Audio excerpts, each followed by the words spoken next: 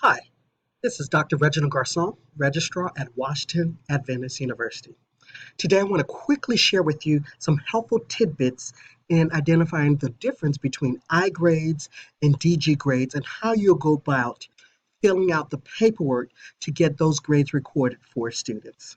So I grades, there is a maximum of 8 weeks to complete. So when you fill out the paperwork, you would have to identify the deadline, as well as what are the remaining requirements a student needs to complete your particular course. I grades are really reserved for exceptional situations. For example, something happened at the very last minute that prevented a student from finishing one or two of their assignments, and they should share that information with you. DG grades are deferred grades. Deferred grades are for courses that span more than one semester, such as internships, practicums, and guided research courses. In general, when it's time to submit grades, you'll log into WebAdvisor as a faculty and put in your credentials. After logging in, you'll see on the left-hand side a range of different menu items. So you'll want to go into your particular course and you'll look for grading. So click on the grading option.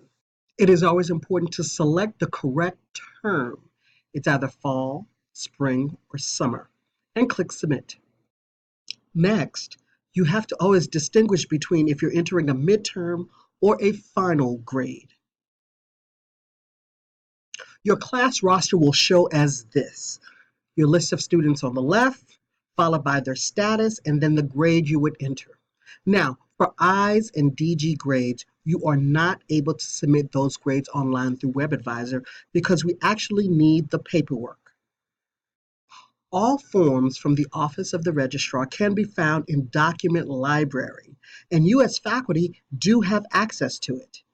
You could also contact the Registrar's office to get a copy of the I grade or the DG grade form.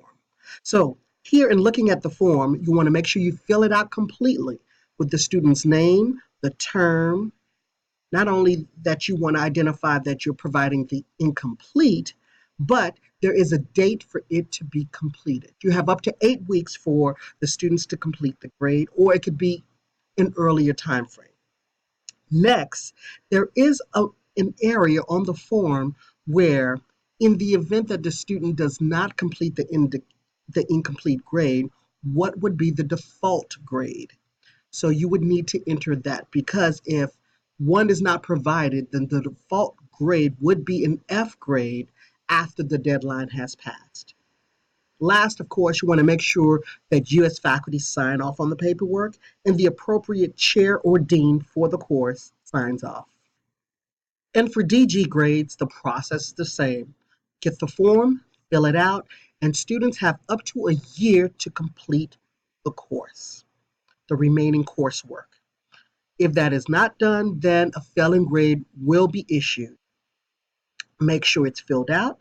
Make sure the appropriate signatures are included. Make sure you give a copy of both forms, whether you're issuing the incomplete or the DG to the student, and then you send the completed form to the Office of the Registrar. Thanks again for listening to our helpful tidbits regarding incomplete and DG grades, deferred grades.